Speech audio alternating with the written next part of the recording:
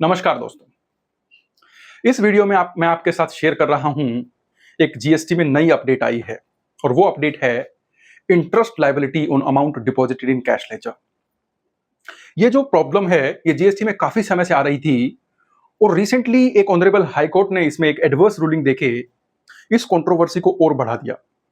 Controversy है कि अगर आपके इलेक्ट्रॉनिक कैश लेजर में कोई अमाउंट डिपॉजिटेड है और किसी रीजन से आप उसको डेबिट नहीं कर पाए हैं और अपनी जीएसटी 3B रिटर्न फाइल नहीं कर पाए हैं, तो क्या उस अमाउंट के ऊपर आपको इंटरेस्ट जमा करना होगा या नहीं करना होगा?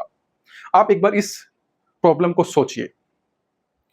ऑनरेबल हाईकोर्ट ने कहा कि इसके ऊपर आपको इंटरेस्ट जमा करना पड़ेगा और उसके बाद ये समस्या जीएसटी काउंसिल के सामने रखी गई और जीएसटी काउंसिल ने रिसेंटली एक 53rd जीएसटी काउंसिल मीटिंग में डिसाइड किया कि हम रूल 88B के अंदर एक सेकंड प्रोवाइजो इंसर्ट करेंगे और इसको क्लैरिफाई करेंगे कि अगर due date of GST 3B return पर कोई भी अमाउंट आपने डिपॉजिट कर दिया है कैश लेजर में ऑन द ड्यू डेट और वो अमाउंट डिपॉजिट करने के बाद आप सपोज 10 दिन के बाद रिटर्न फाइल करते हैं, तो वो 10 दिन का आपको ब्याज जमा नहीं करना पड़ेगा।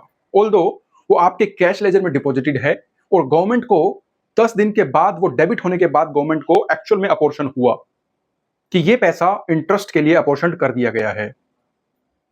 अब मैं आपको बताता हूं कि अमेंडमेंट कैसे हुई है और इसको कैसे इंटरप्रिटेशन इसकी करनी है। रूल 88B के अंदर सेकंड प्रोवाइजो इंसर्ट किया गया और सेकंड प्रोवाइजो में कहा गया कि अगर ड्यू डेट पे कोई भी अमाउंट कैश लेजर में डिपॉजिटेड है और उस अमाउंट को आप यूटिलाइज करते हैं for filing that particular GSTR 3B return, यानी एक अगर मैं एग्जांपल लूं, फॉर एग्जांपल आप जून 24 की आपकी ड्यू डेट है 20th जुलाई 2024 और आपकी कैश लायबिलिटी बनती है 5 लाख रुपए।